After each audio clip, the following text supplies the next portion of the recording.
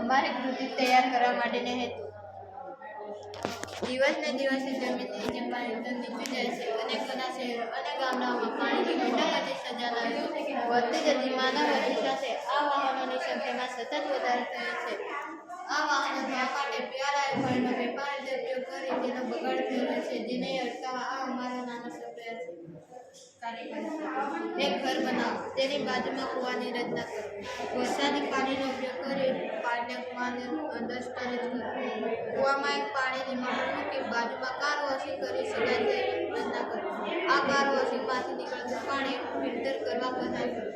આ પાણી ખેતરની અંદર ખેતી કરવા માટે બચાવ છે અથવા પાણીને સ્ટોરેજ કરશે જેનો ઉપયોગ કરી પીવાલાયક પાણીને બગડતો અટકાવી શકાય. વરસાદી પાણીનો ઉપયોગ કરી તેનો ફરીથી ઉપયોગ કરી શકાય. આ પ્રોજેક્ટ દરેક વ્યક્તિ પાણીનું સંરક્ષણ અને તેનું વ્યવસ્થાપન કરી શકે છે.